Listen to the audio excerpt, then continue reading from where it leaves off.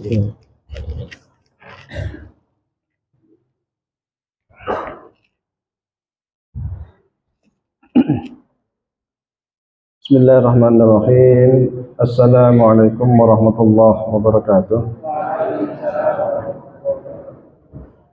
Alhamdulillahirabbil alamin wassalatu wassalamu ala asyrofil anbiya'i wal mursalin sayyidina wa maulana Muhammadin wa ala alihi wa sahbihi ajmain, amma ba'du.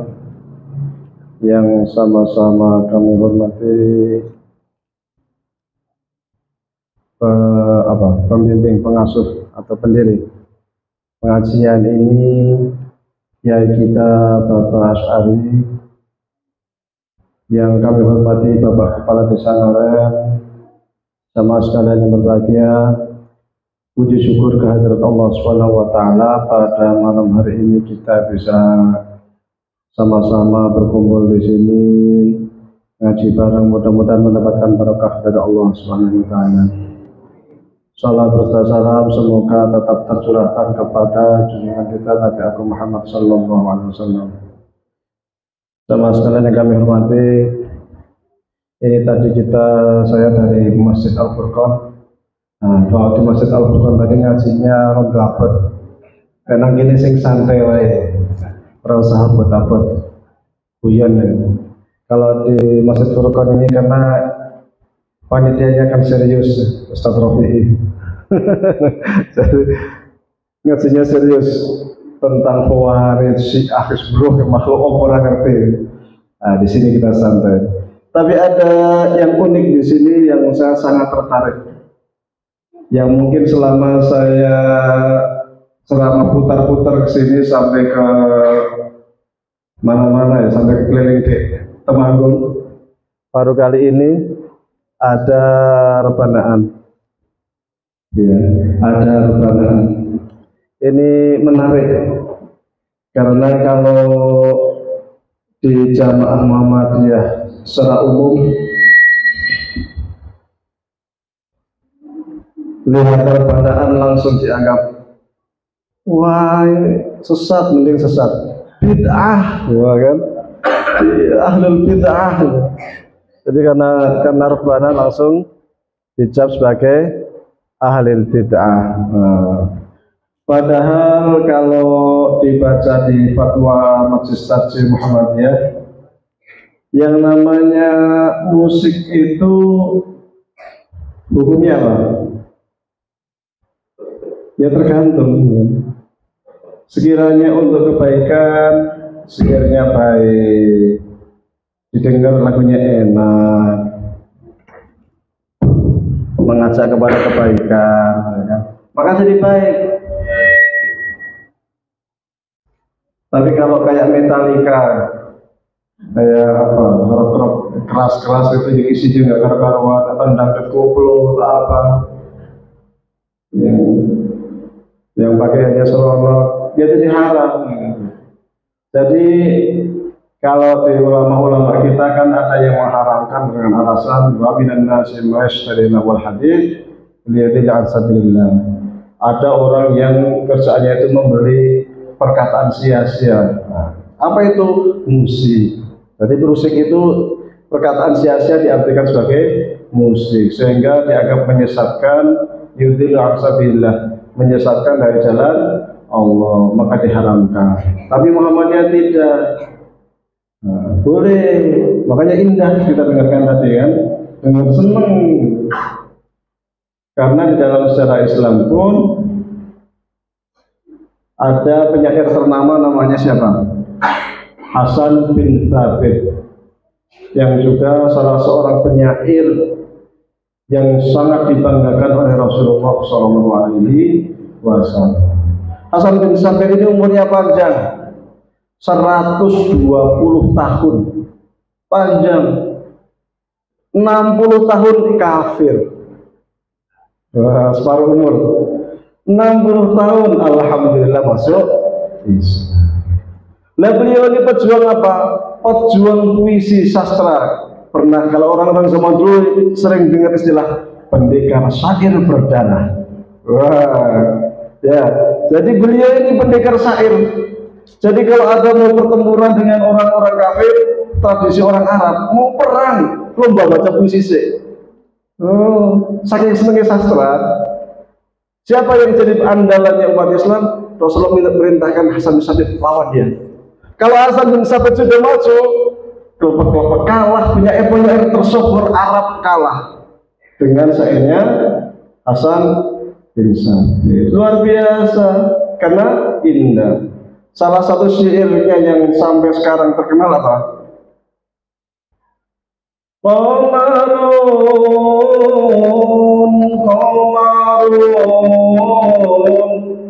Qamarun sidnan nabi qamarun wa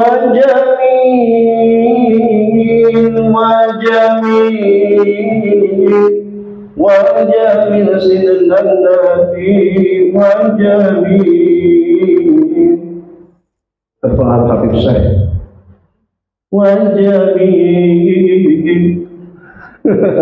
ya kalian dengar yang istilah Habib Syekh, tapi bukan langsung seperti ini, pakai musik, pakai speaker, pakai kaset. Saya juga kaget kemarin waktu di Malbol. Wah, ini kok pengajian nomornya Allah Habib Syekh bareng, ya pakai speaker selama sebelum mulai pengajian full sampai saya datang itu jam 1 jam sebelumnya itu udah full sholawatan. Kalau ini asik ini. Ternyata di sini lebih keren lagi live langsung, ya kan? Luar biasa. Jadi kita punya penyair yang terkenal yang lagunya dinyanyi sampai sekarang. Masa kita akan mengatakan Hasan bin Sabit ahlul bidah, mau sahabat Nabi ahlul bidah piye? Kalau ada pertempuran perang lomba puisi, siapa yang diutus? Hasan bin Sabit maju dulu. Masa orang sekelas belum mau dianggap ahlul bidah? Padahal Rasul mengatakan ashabi kan nujum bi ayyihi ma qatadaitum ihtadaitum. Yang namanya sahabatku itu bagaikan bintang kelintang di langit. Siapapun kamu itu ikuti merem gitu, ngambil Umar bin Khattab, pasti akan memberikan petunjuk kepada kamu. Ali bin Abi Thalib pasti memberikan petunjuk. Hasan bin Sabit pakar puisi pasti akan memberikan petunjuk, karena puisi-puisinya, syair-syairnya, sastranya Hasan bin Sabit selalu meninggikan Islam, selalu membela Nabi Muhammad Sallallahu Alaihi Wasallam. Ini Hasan bin Sabit. Maka kalau ada orang mengatakan Muhammadiyah mau sholawatan bidah, kita ada lagu apa? Mars Muhammadiyah. Sang surya tetap bersinar, syahadat dua melingkar warnanya, ya kan? Jadi nyanyi biar boleh selalu dalam kebaikan. Aduh bidah, oh enggak, ini kan bahasa Indonesia. Oh beda, ini kan bahasa Arab. Cuma beda bahasa. Cuman orang Indonesia itu sering menyebutnya dengan istilah sholawatan. Padahal asli itu yang namanya sholawat itu ya Sallallahu ala Muhammad Sallallahu alaihi wasallam Sallallahu ala Muhammad Sallallahu alaihi wasallam. Nah ini sholawat. Ini sholawat. Biasanya belakangnya itu ada buntut. Maka sih jenis sholawat nariyah. Allahumma sholli sholatan. Nah ini sholawatnya nih. Tambah dikit. Kamilatan wa salim salaman. Nah setelah itu nanti ada buntut. Buntut itu apa? Buntut itu tawassulan, mencari tawassul dengan sholawat, mudah-mudahan perkara kita dimudahkan dan lain sebagainya. Karena dalam sebuah hadis dikatakan siapa dari sahabat Ali, siapa yang hendak berdoa tidak membaca sholawat, pintu langit tidak dibuka. Maka kemudian para ulama biasanya atau kita sendiri kalau berdoa baca sholawat. Allahumma sholli ala sayyidina Muhammadin fil awwalin, Allahumma sholli ala sayyidina Muhammadin, Allahumma sholli ala sayyidina Muhammadin fil malaa'il a'la ila yaumil. hamda syakirin hamda na'imin, ya kan? Salawat dulu, baru ada belakang untuk tawasulan. Ya Allah, Allahumma sholli sholatan kamilatan wa salim salaman tamman ala sayyidina Muhammadin illadhi. Nah, ini buntutnya. Tanhalu bihil qadu wa tafariju bihil qurabu wa taqda bihil hawaiju wa tunalu bihil ragaibu wa husnul khatimi wa yustashqal bi wajhil karim wa ala alihi wa sahbihi fi kulli lamhatin wa nafasin bi'adabin kulli ma'lumin. Ya Allah, dengan baca salawat yang tadi di awal tadi, kalau saya punya urusan yang berat, mudahkan ya Allah. Kalau saya punya persoalan, selesaikan ya Allah. Kalau saya punya hajat, kabulkan hajat saya ya Allah. Dengan apa? Dengan membaca salawat. Maka ada juga namanya salawat munjiat, ada salawat asghir. Nah, salawat asghir yang tadi saya baca di Al-Furqan itu konon dari Imam Ja'far Shadiq. Gimana salawat asghir? Baca malah ngaji salawat ya. Gara-gara lihat rebana tadi. Terkenal namanya salat asghir. Apa salat asghir? Allahumma sholli ala sayyidina Muhammad wa ashghilil zalimin bil zalimin. Allahumma sholli ala sayyidina Muhammad wa ashghilil zalimin bil zalimin wa akhrijna min bainihim salimin wa ala alihi wa sahbihi ajma'in. Doanya siapa ini? Doanya Imam Ja'far Shadiq ketika melihat Ahlul Bait dicaci, dihina, dilaknat oleh para pengikut fanatik Bani Umayyah. Maka dia berdoa, ya Allah, saya memohon kepadamu ya Allah dengan bersolawat kepada Rasulullah SAW.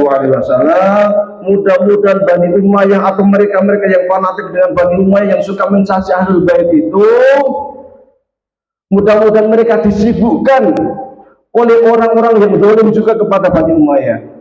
Dan ya Allah, kalau ketika mereka sibuk perang dengan kaum Khawarij, perang dengan para pemberontak dari kaum Mawali, perang dengan siapa?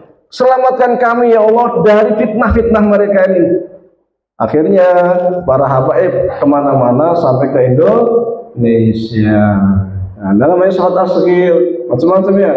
Jadi salawat itu aslinya Allahumma sholli ala Muhammad. Tapi kemudian ada buntut setelahnya. Nah, buntut itu wasilah atau semacam minta tawassul kepada sholawat. Mudah-mudahan pintu langit dibuka dan kita memohon supaya hajat-hajat kita dibuka.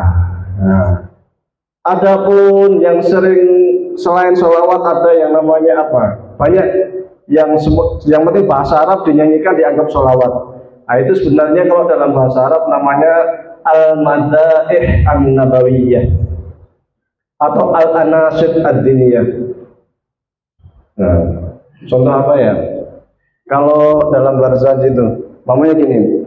Tala'al badru alaina min zaniyadil wada'. Ini bukan sholawat, nggak ada kata-kata Allahumma sholli ala Muhammad.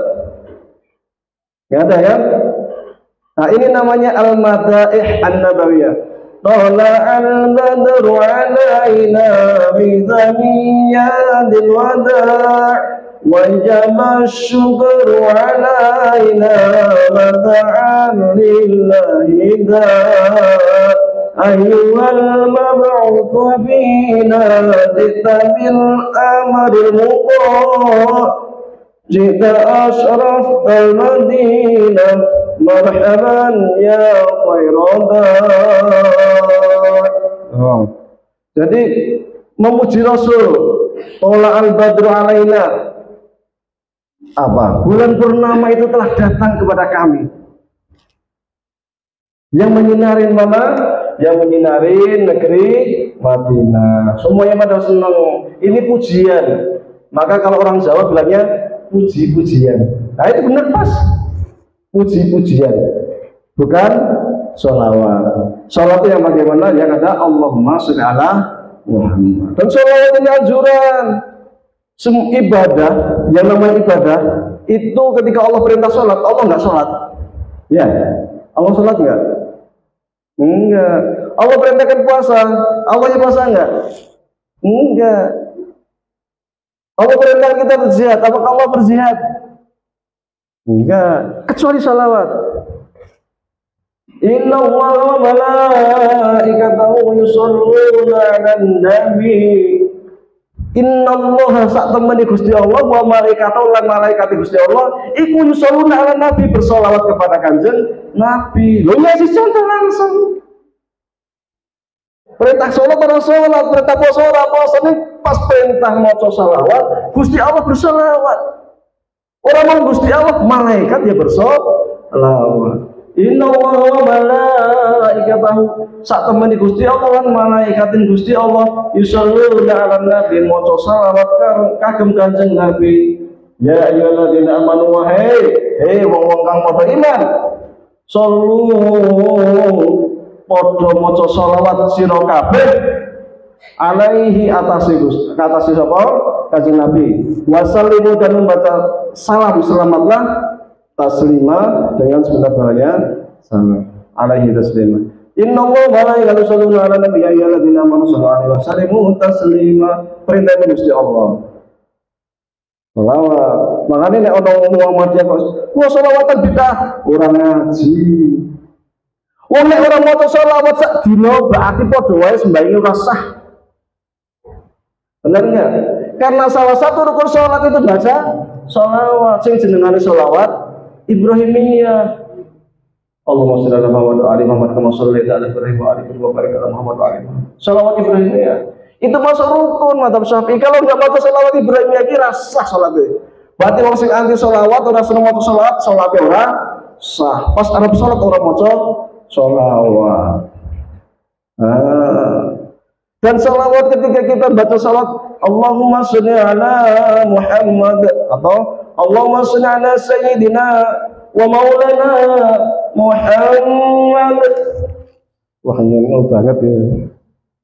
Ono sayyidina barang ya. Padahal di HP itu di mukadimah pakai sayyidina. Nah, tapi kalau di era maca HP itu orang buka HP itu orang ngerti kalau di HP itu pakai sayyidina toh.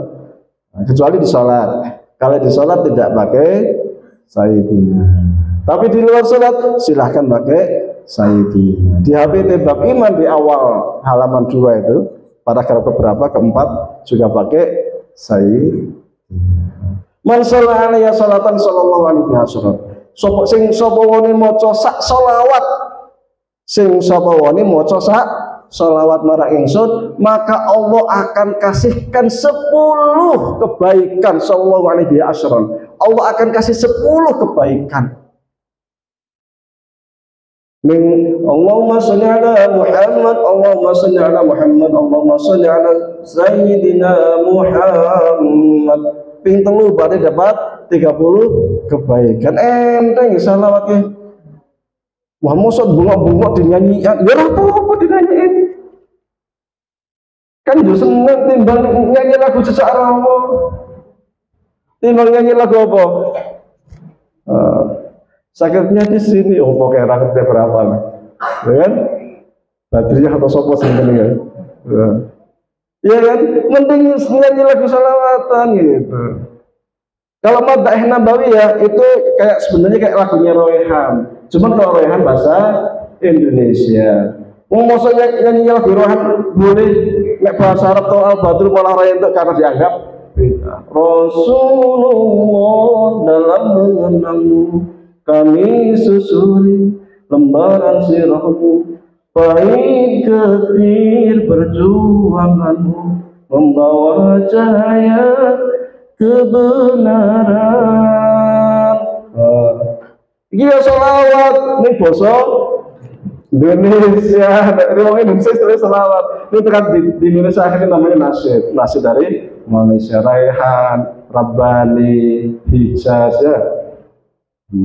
Dalam hadis lain dikatakan, siapa yang membaca satu salawat maka dia akan mendapatkan 10 kebaikan, wa hatta alaihi asyra khotiat, dan dia juga akan dihapuskan 10 keburukan. Jadi 10 kebaikan dapat. Cuman sederhana, Allahumma sholli ala Muhammad, dapat 10 kebaikan. Dosa-dosa sing cilik dilalai tadi pas ke masjid, wah kayak tonggo kayak buat wingi kayak tuku montor duitnya kok nanti paling nyolong kayak paling korupsi. Ngomong tangga nih. Nah, mau sholat Allahumma sholli ala sayyidina wa maulana Muhammad. Siapa tahu dosa sing kecil sing mau dilalai maka kata masjid kok ngerumpi, dia dihapus siji. Tak hapus apa mana satu lagi. 10 keburukan yang diangkat dari kita karena kita baca sholawat. Makanya jangan dikit-dikit wah sholawatan bid'ah. Bid'ah itu apa sih? Bid'ah itu apa? Sesuatu amalan. Wah ini ngajinya jauh sesuai tema ya. Gara-gara lihat rebana ini kepancing. Bid'ah itu suatu amalan yang tidak ada landasan dalil. Man ahdasa fi amrina ma laisa minhu fawaraddun. Jadi sesuatu yang ditambah-tambah dalam urusan agama ma laisa minhu, yang tidak ada dalil, gampang itu, enggak ada sandarannya, maka dia bid'ah. Yang namanya sandaran itu, dalil itu bisa berupa dalil umum atau dalil khusus. Dalil umum itu maksudnya apa? Ada landasan dalil, umpamanya Allah mengatakan innallaha wa malaikatahu yusholluna 'alan nabi, ya kan? Ya ayyuhalladzina amanu shollu 'alaihi wa sallimu taslima. Kapan kita bersolawat? Ya terserah. Nah, ini sebenarnya kan ada dalilnya. Dinyanyikan boleh enggak? Ya boleh. Dalilnya apa? Ini udah ada dalil umum. Jadi ada cantolan dalil ini loh. Ono cantolan dalil. Maka menjadi boleh. Umpamanya ada orang tiap Senin baca tabarok umpamanya. Ada dalilnya enggak? Ada dalil umum. Apa dalil umumnya? Faqra'u ma tayassara minal Qur'an. Bacalah hal-hal yang terbaik yang gampang dari Al-Quran. Dan bagi saya gampang Quran atau kita apa lagi boleh nggak? Ya boleh. Senin Yasinan Jumat ya monggo. Kafian hari Jumat ya monggo. Kan dari Quran kan bagus. Nggak ada satupun ayat Al-Quran yang melarang kita baca Al-Quran. Al-Quran justru diperintahkan untuk selalu kita baca. Karena siapapun yang membaca Al-Quran itu mendapat banyak kebaikan. Setiap huruf mendapatkan kebaikan. Laisa alif lam mim harfan, walakin alifun harfan, walakin halif harf, walam harf, wa mim harf. Jadi satu kebaikan itu bukan alif lam mim satu kebaikan, bukan, tetapi alif itu kebaikan, lam itu kebaikan, dan mim kebaikan. Alif lam mim dapat berapa kebaikan? 30, karena satu alif ini itu 10 kebaikan. Satu huruf 10 kebaikan. Hanya membaca alif lam mim tok dapat berapa? 30 kebaikan. Nun tok ini niatin nun bukan karena dipanggil Mas nun. Wah, itu bukan. Tapi nun surat Al-Qalam, nun. Nah, itu dapat 10 kebaikan. Enak. Sajane kebaikan itu banyak. Wal qalami wa ma yasturun. Nah, itu berapa itu? Huruf dihitung. Berapa kebaikan? Makanya seneng ngaji bocah cilik-cilik diajarin ngaji TPA baca Iqra kan gitu kepenak.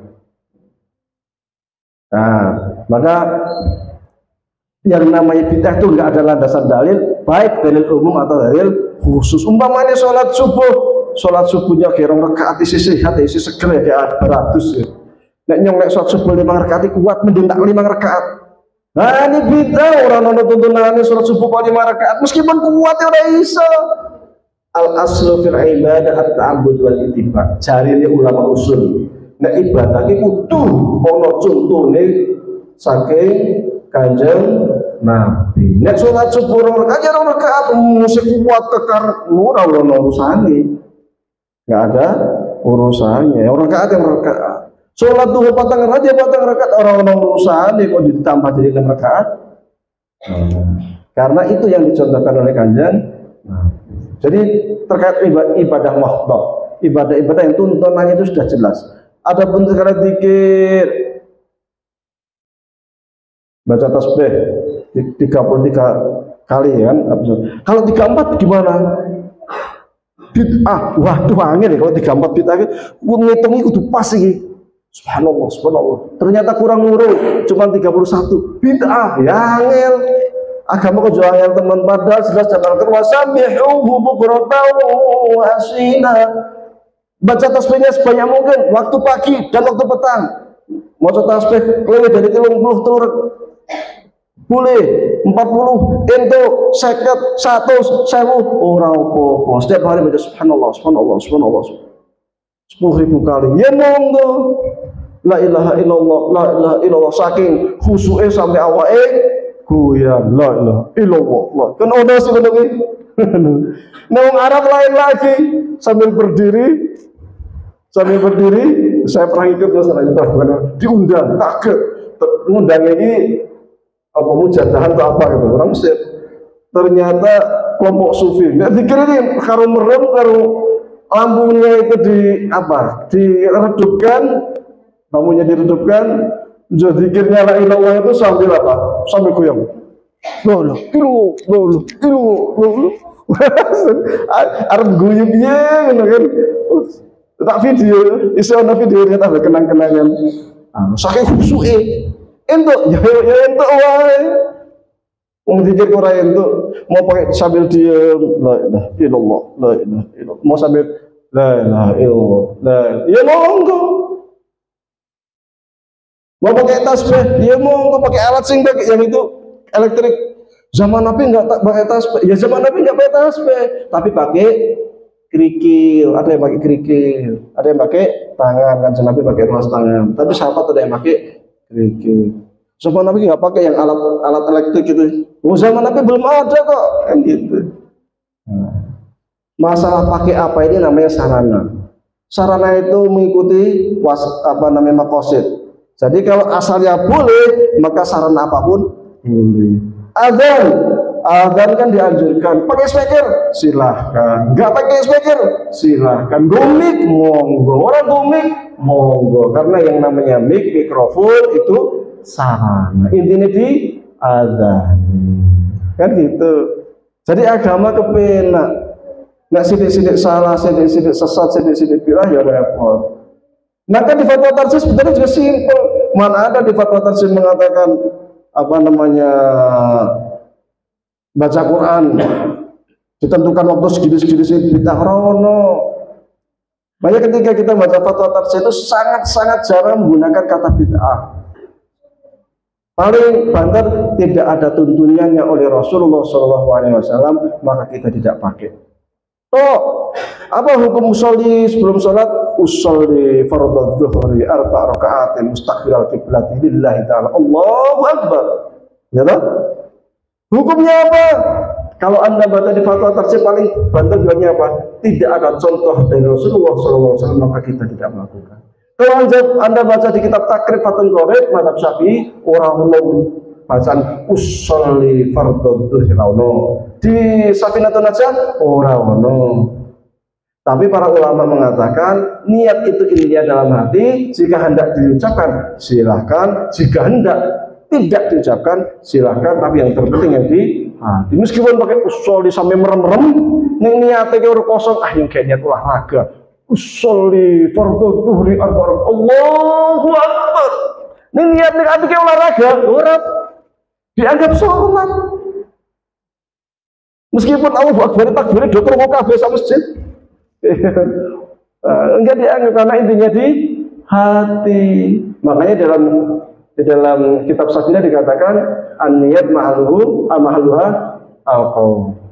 Wa niyatu qasdu syai'in muqtaronan bi fi'lihi. Yang namanya niat itu melakukan sesuatu bareng. Andai niat itu dilafalkan kok diharapkan sengsara dhewe. Kok iya, mosok. Contoh, akhir ngelih nang dalan ana warung padang, nyekek madang, tuku nasi padang. Lah niat yang diucapke haram bid'ah. Loh, lah barusan kamu bilang mau makan nasi padang. Lah ini kan niat yang diucapkan. Oh, enggak boleh. Repot. Baginya kayak nyangkut kayak macul. Wah, niat diucapke meneh iki. Enggak boleh macul-macul wae ora usah ngomong-ngomong. Kan apa? Ya toh? Nah, maka soal niat yang mengucapkan silakan, yang enggak silakan. Kalau kita di Muhammadiyah terkait ibadah tidak. Yang orang lain mengucapkan ya monggo kersa. Apakah itu bid'ah? Di fatwa tarjih tidak dianggap bid'ah, tapi tidak ada tuntunan dari Rasulullah. Top. Itu aja. Maka dengan demikian kita ngerasa banyak menyalahkan yang lain. Tidak mudah menyalahkan yang lain, menyesatkan yang lain karena amalannya itu. Wah, kayak orang jenggoten, orang nyunah. Lu, memang sunnah itu cuma jenggot, sunnah itu banyak. Ya Quran, samillah, wakul biyamini, wakul bimayali, kata Rasul. Wahai bocah cilik, kalau makan pakai tangan kanan, oh berarti makan pakai tangan kanan sunnah. Kalau makan baca bismillah, berarti baca bismillah sebelum makan sunnah. Nabi Muhammad pernah minta kepada Zaid bin Sabit belajar bahasa Ibrani 11 hari bisa. Bahasa Ibrani itu bahasa asing bagi orang Madinah. Karena bahasa asing ini bahasa Arab. Ada orang Yahudi, suku Bani Nadir dan lain-lain, mereka ngomongnya pakai bahasa Ibrani. Ini zaman saya ini belajar bahasa Inggris, berarti belajar bahasa Inggris sunnah. Berarti belajar bahasa Prancis sunnah. Dulu Rasulullah pernah ingin berjabat tangan kepada sahabat yang namanya Abu Sa'id Al-Khudri. Abu Sa'id suruh jabat tangan gini, nggak mau, malu-malu gini. Wahai Abu Sa'id, ada apa kok kamu nggak mau jabat tangan? Ayo cepet. Ya, padahal jabat tangan itu sunnah. Rasul itu sangat menganjurkan orang jabat tangan. Tapi Sa'id Al-Khudri suruh jabat tangan gini terus. Akhirnya dipaksa sama Rasul, dipegang tangannya. Jabat tangan. Nabi Sa'id malu. Kenapa malu? Ditanya sama Rasulullah, wahai Sa'id, kok tanganmu kasar ya? Nah, ternyata Abu Sa'id malu berjabat tangan sama Rasul karena tangannya kasar. Apa jawab Sa'id? Benar ya Rasulullah, makanya saya malu berjabat tangan dengan engkau karena tangan saya kasar. Kenapa tangan kamu kasar? Oke, kapali gede-gede itu kenapa wahai Abu Sa'id?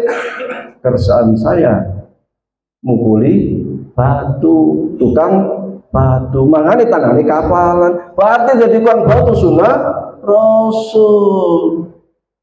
Oh, lo Rasul kan dia penggembala kambing lo, berarti ngingu wedhusnya sunnah Rasul. Yang ngingu wedhus lagi sing wedhus sepiro nen, nyunah. Mau kemana? Mau makan wedhus nyunah Rasul. Iya bener lah, bener. Mau kemana? Arab ngarit sunnah Rasul. Bener lah. Bener, Rasul biar madusnya digembala, nenang kereta di ngarit, gitu. Karena kalau di Arab nek orang digembala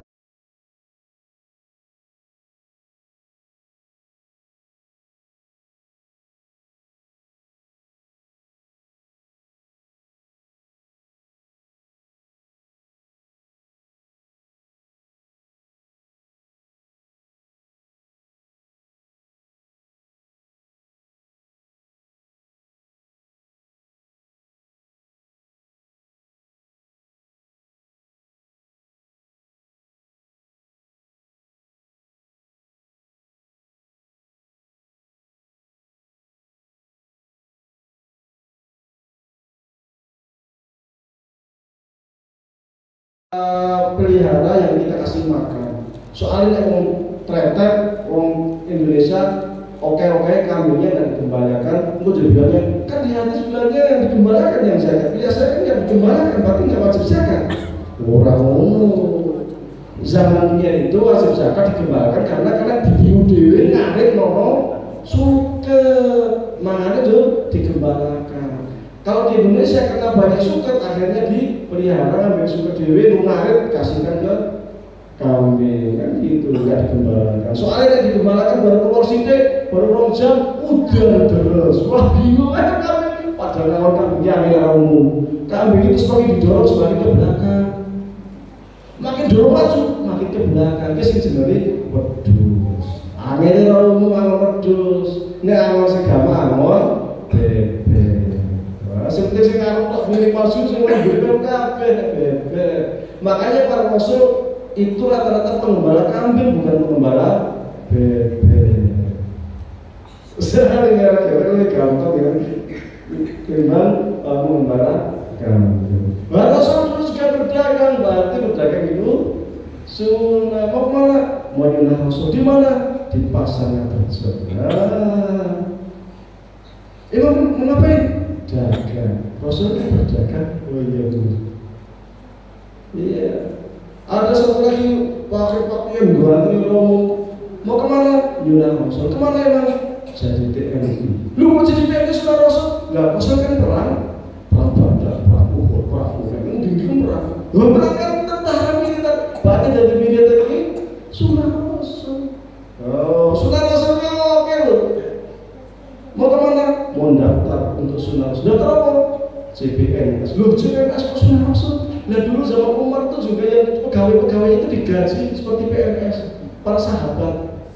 Sementara Rasul mengatakan, ikutilah saya wa khulafaur rasyidin al-mahdiyyin. Ikutilah sunnah saya dan sunnah para khulafa ar-rasyidin al-mahdiyyin yang mendapatkan petunjuk. Jadi sunnah Rasulnya wakeh banyak. Kalau kita berdakwah banyak sekali. Jadi kodi, jadi pengacara, jadi apa, jadi macam-macam. Sunnah-sunnah. Jadi jangan disempitkan sunnah Rasul yang sempit-sempit. Nek orang celananya cingkrang orang sunnah, nek orang jenggoten orang nyunah, nek orang cadaran orang nyunah. Tidak hanya itu sunnah Rasul. Sunnah itu apa sih? Ya, sunnah itu menurut para ulama ulama hadis. Nah, ulama hadis ya, bukan ulama usul fikih. Menurut para ulama hadis yang namanya sunnah semua yang dikerjakan Rasul, yang dikatakan Rasul, yang disetujui Rasul, setuju tok ke sunnah. Jadi Rasul itu dikasih makan dopi semacam kadal Mesir, kadal Arab. Hamil ini kayak kadal. Dia makanannya itu rumput. Kan dok, dia sekarang kadal ya. Disuguhi kadalnya pilih. Sahabat itu pada makan kadal dipanggang di apa itu. Rasul dikasih makan kadal, Rasul nggak makan. Tapi tidak melarang sahabat lain makan kadal. Berarti itu apa? Itu ya sunnah karena sesuatu yang dilakukan oleh para sahabat dan Rasul tidak melarang. Sunnah. Jadi apa sunnahnya? Bersih-bersih masjid, sunnah. Dulu tuh ada ibu-ibu tua. Kerjaannya itu apa? Nyapu masjid. Nah, suatu kali Rasul ke masjid, kok nggak lihat mbok-mbok sih biasa orang masjid nang ndi orang habis sholat salam tanya, itu yang mbok-mbok yang kemarin biasanya di masjid itu kemana ya?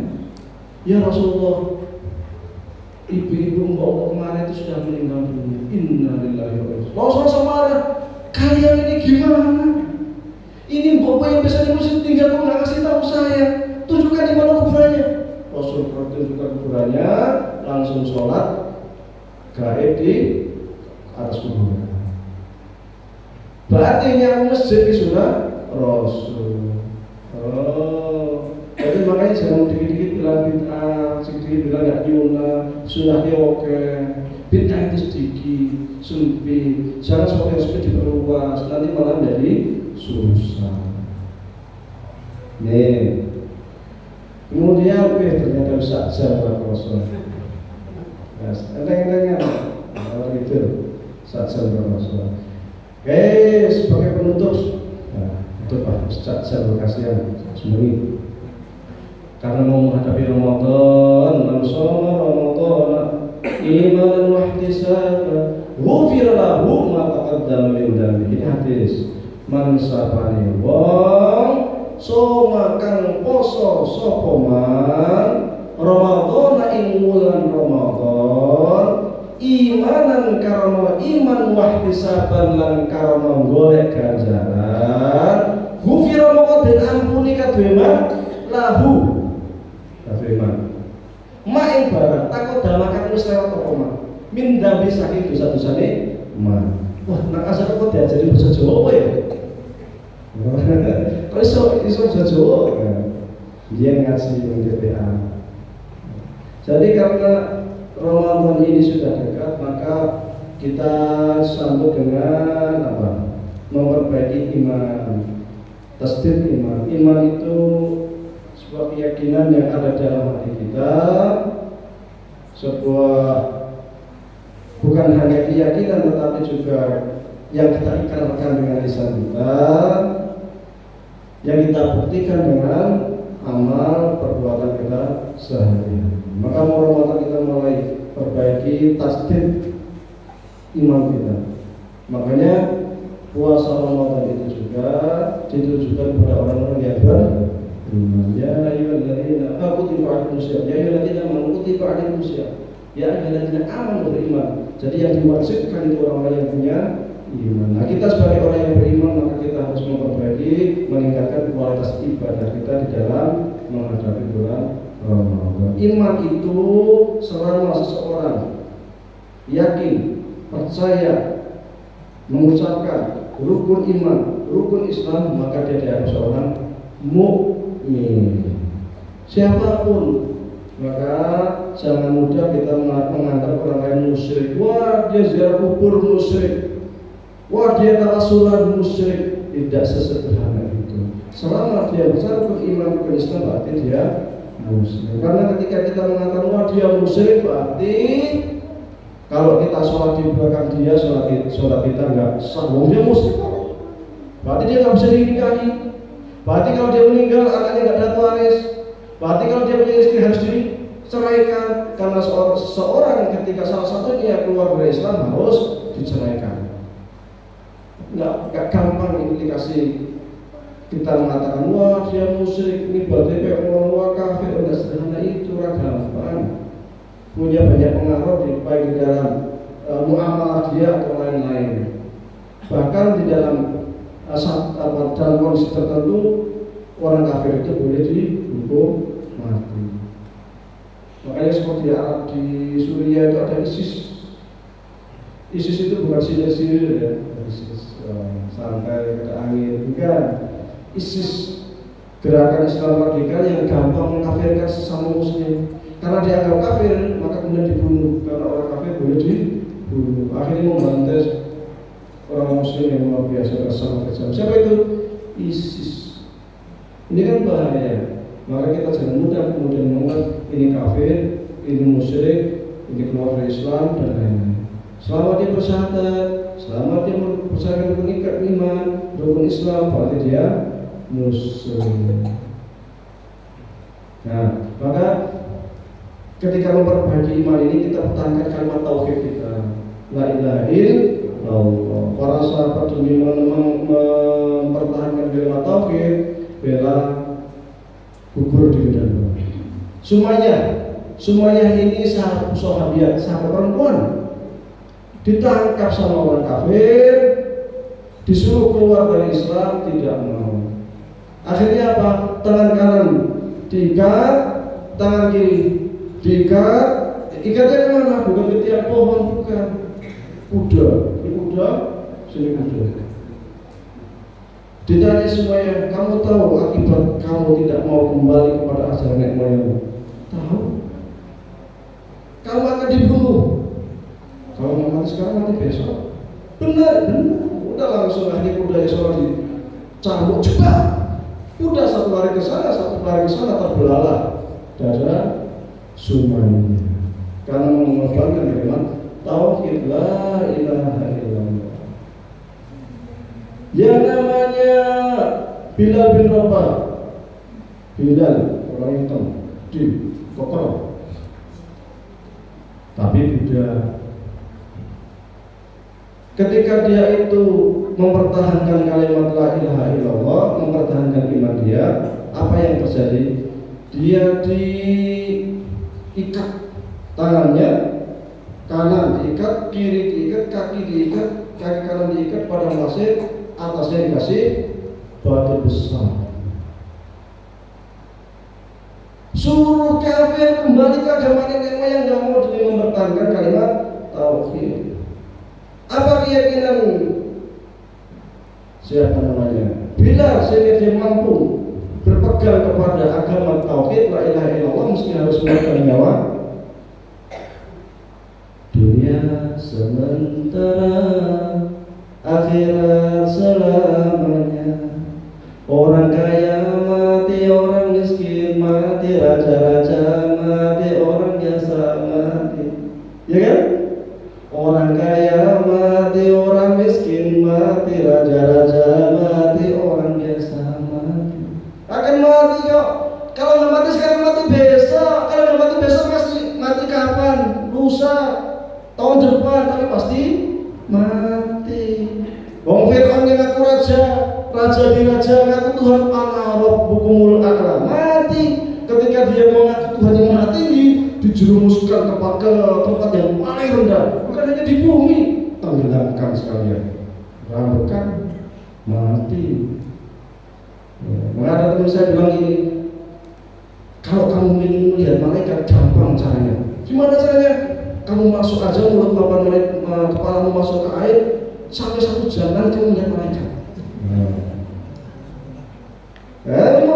Fir'aun masuk dalam air laut, budak-budak mati, meskipun dia ngaku Tuhan, pasti mati. Tapi Bilal karena dia yakin, tetap mengatakan la ilaha illallah sampai aja. Makanya di dalam hadis dikatakan yang namanya la ilaha illallah itu kunci surga. Miftahul jannah la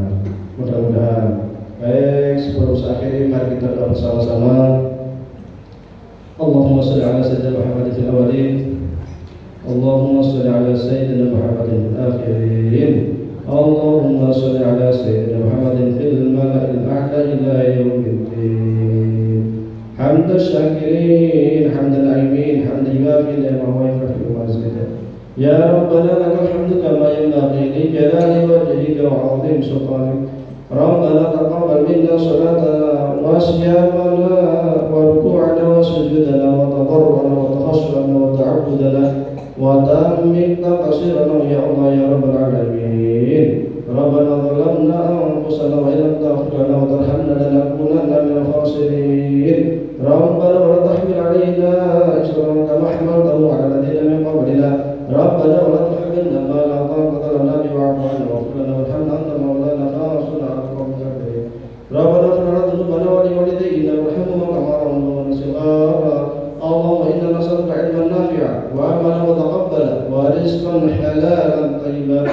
اللهم إنا نعوذ بك من علم لا ينفع ومن قلب لا يخشع ومن نفس لا تشبع ومن دعاء لا يستجاب لها. ربنا لا تدع لنا ذنبا إلا غفرته ولا عيبا إلا سترته ولا مريضا إلا شفيته ولا حاجة من حوائج الدنيا إلا قضيت يا أرحم الراحمين. ربنا هب لنا من أزواجنا وذريتنا قرة أعين واجعل للمتقين إماما. ربنا لا تزغ قلوبنا بعد إذ هديتنا وهب لنا من لدنك رحمة إنك أنت الوهاب. اللهم إنا نسألك سلامة في الدين وعافية في الجسد وزيادة في العلم وبركة في الرزق وتوبة قبل الموت ورحمة عند الموت ومغفرة بعد الموت. اللهم هون علينا بسكرة الموت ونجنا من النار والعفو عند الحساب. ربنا آتنا في الدنيا حسنة وفي الآخرة حسنة وقنا عذاب النار. وصلى الله على سيدنا محمد وعلى آله وصحبه وبارك وسلم. سبحانك ربك رب العزة عما يصفون وسلام على المرسلين والحمد لله رب العالمين. السلام عليكم ورحمة الله وبركاته.